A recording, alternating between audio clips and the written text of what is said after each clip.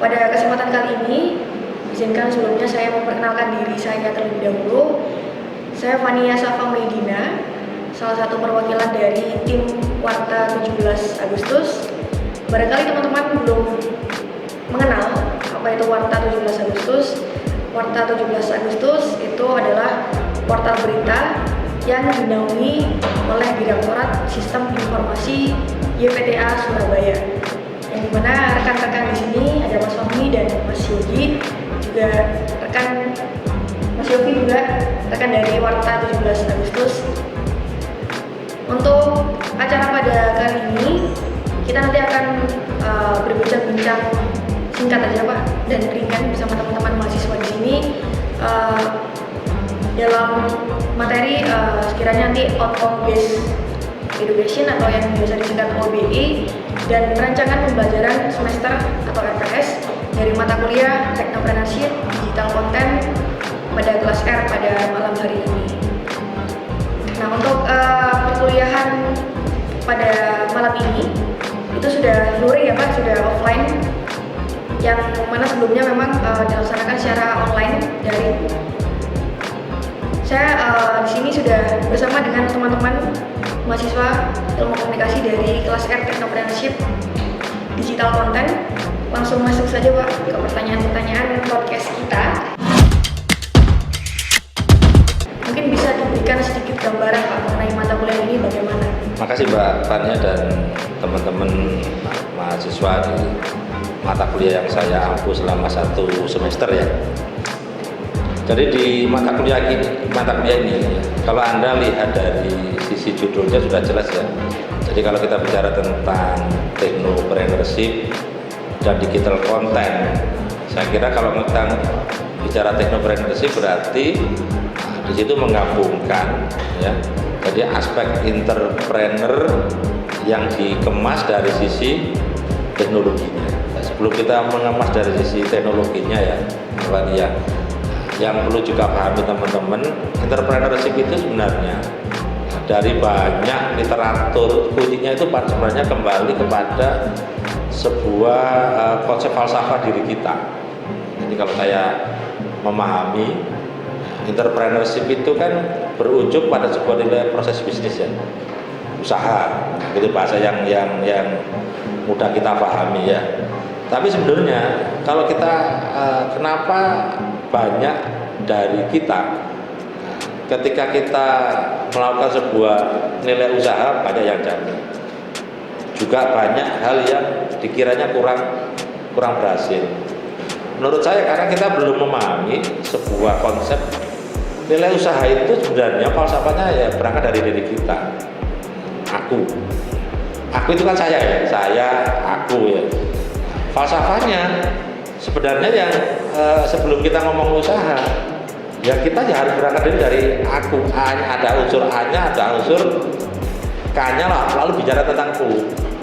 Tapi di kita tidak, kebiasaan budaya kita wis penting usaha kan gitu ya, nggak tahu pokoknya dicoba nanti berhasil dan tidak berhasil, itu yang penting usaha dulu.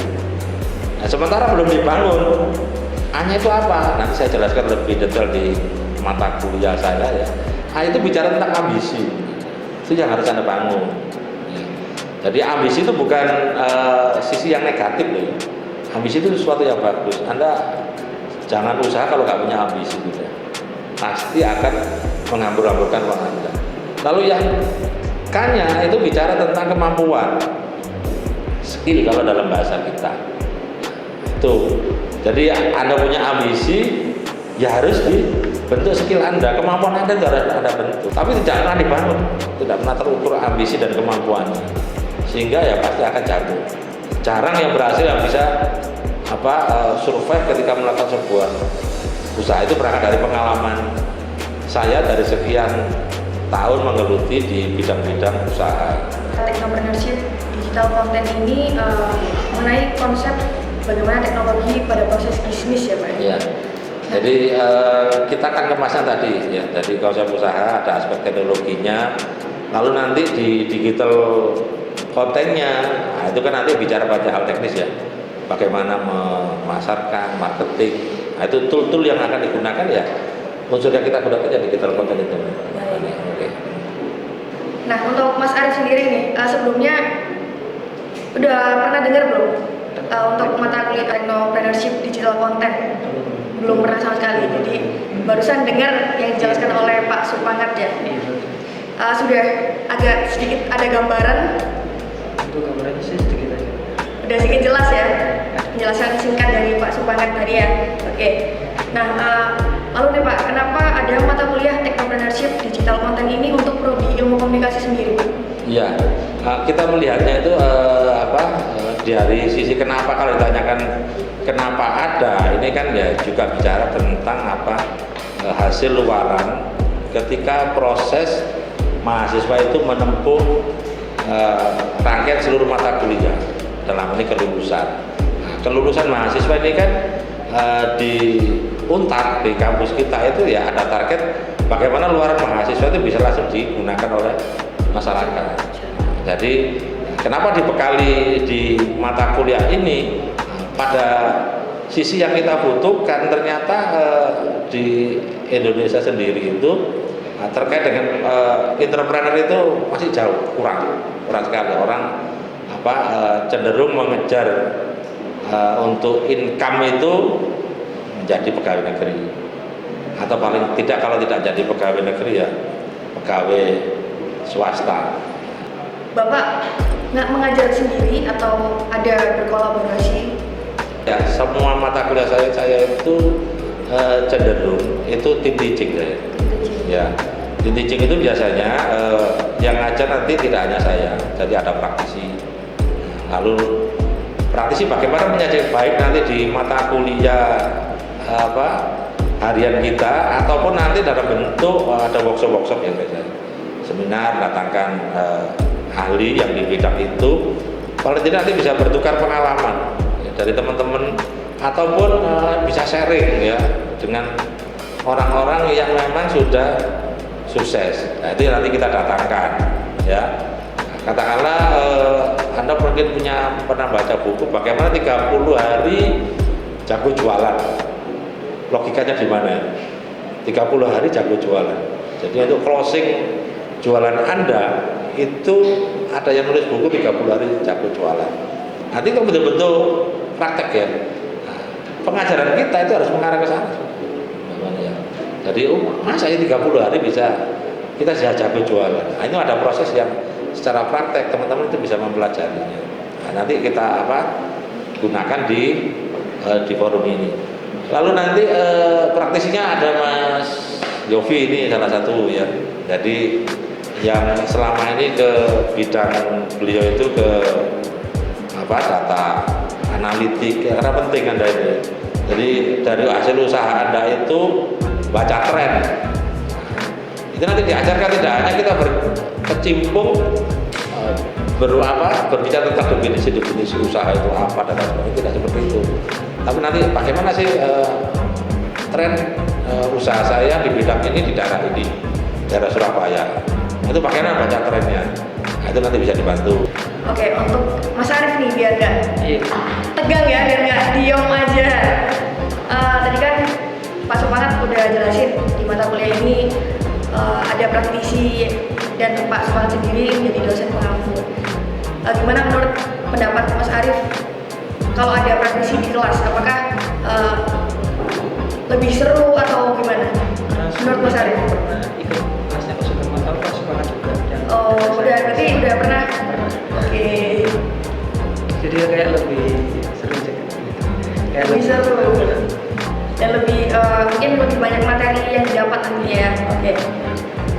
Oke, untuk selanjutnya lalu bagaimana Pak sistem pembelajaran yang nantinya akan diterapkan untuk mencapai tujuan mata kuliah ini? Iya, jadi sesuai dengan kurikulum yang ditetapkan di kampus kita. Jadi yang tepat itu memang kita pakai UPI, jadi Outcome Based Education. Jadi UPI nanti penjelasannya ada di slide yang ada di hadapan teman-teman itu ya. Jadi namanya UPI Outcome. Jadi hasil pembelajaran kita itu harus diukur dari sisi luaran. Tidak cukup kita ngajarkan teori-teorinya, tapi Anda tidak tahu tentang luaran dari mata kuliah yang kita sampaikan itu apa, itu tidak diperbolehkan. Jadi harus berdasarkan pemahaman dari outcome yang ada. Outcome itu dibentuk dari mana? Outcome itu dibentuk dari knowledge. Ada tetap dapat teori-teori pengetahuan tentang technopreneurship, digital content. Lalu juga harus ada unsur yang kedua yang paling penting, yaitu terkait skill. Nah, ini harus diasah skillnya. Nanti makanya kemarin kita bertemu daring secara visual ya. Nah, ini nanti bentuk prakteknya semacam ini, bagaimana yang sederhana. Ada nanti podcast apakah bisa dibuatkan jualan. Praktekno kita bikin ya. Anda manfaatkan perangkat-perangkat yang sederhana ini dikemas bagaimana Anda menjadi sebuah contoh kelas podcast kan. Nah, kan belum banyak yang menggunakan loh. Podcast hanya digunakan untuk hanya jualan. Coba kita masukkan di sisi akademi. Ini kita coba nanti. Jadi nanti bagaimana mengelola tim ya, bertanggung jawab terhadap perangkat-perangkat yang ada. Ini kan ya aset ya, dan juga tidak murah kan gitu ya. Nah, ini bagaimana tanggung jawabnya nanti bagi kelompok dan lain sebagainya. Outcome itu di sana. Jadi tugasnya itu tidak hanya individu gini kita buat seringan mungkin, lalu ada nanti tugas-tugas kelompok dan lain sebagainya. Nanti yang akan kita berikan di sana. Pentingnya apa itu? Langsung kita bentuk praktek namanya outcome. Oh, ternyata yang diajarkan itu dari sisi usaha itu yang bagaimana sih? Nah, bagaimana katakanlah konsep podcast ini bernilai jual, itu bagaimana Anda kemasnya? Mungkin Anda lebih baik dari teman-teman yang sudah memang berkecimpung ini kan sebuah ide nanti yang bisa kita sharing bersama-sama. Ini aja kalau kita bentuk 3-4 kelompok dengan ide yang berbeda. Karena nilai itu yang berangkat dari ide ada semua itu kalau digabungkan jadi sebuah nilai yang bagus. Nanti saya tunjukkan ketika saya jualan sebuah e-book, saya ada portal nanti ada sharing k.com itu pernah saya bangun sudah hampir 10 tahun yang lalu. Saya kira menurun, ternyata tidak. Masih ada orang yang beli dan lain sebagainya. Dan itu menurut saya income pasif ya. Jadi pendapatan pasif tapi ada masukan bagi saya. Nah, itu kan maksud saya kita praktekkan di sana bagaimana. Dari skill Anda, kemampuan Anda itu apa? Ayo dijual bareng. Apa yang bisa menghasilkan. Gitu sih Mbak Fani. Baik. Jadi adanya outcome based education ini nantinya akan mengukur dari sisi luaran pada mata kuliah technopreneurship digital content ini ya Pak ya? Iya betul. Baik, apakah sudah terjawab Mas Arif untuk pengukuran OBE sendiri? Selanjutnya untuk RPS Pak. Nanti penyajian saya itu biasanya tidak hanya teori ini tapi ada video yang saya upload di partai itu dan Anda harus memberi sebuah ulasan, ringkasan. Jadi di kolom komentar YouTube itu Anda harus berkomentar terhadap materi. Jangan berkomentar terhadap sudah bagus Pak materinya. Tidak seperti itu maksud saya. Oh saya hadir Pak, tidak seperti itu ya. Ya jadi dari materi Anda itu apa yang Anda pahami di komen ini ya. Atau ada nilai tambah, oh Pak ternyata digital content kalau menurut saya itu ada sesuatu yang berbeda dari penjelasan Bapak itu kurang ini. Itu yang saya harapkan malah ya. Tidak berkomentar hadir Pak Arif, tidak seperti itu ya. Nah itu juga masuk aspek di bobot penilaian Mas Arif, di outcome itu juga bagian dari bentuk ya keaktifan mahasiswa dan lain sebagainya itu bisa diambil dari sana ya. Kita santai saja, rileks saja ya. Kalau masalah Pak apakah saya lulus dari itu tergantung Anda ya. Karena seperti yang saya katakan tadi tidak berdasarkan kehadiran tapi dari hasil outcome nanti yang Anda. Jadi dari teori yang Anda menyerap materi dengan skill Anda itu bagaimana itu nanti yang ada di bobot penilaian ya. Saya kira itu ada lagi.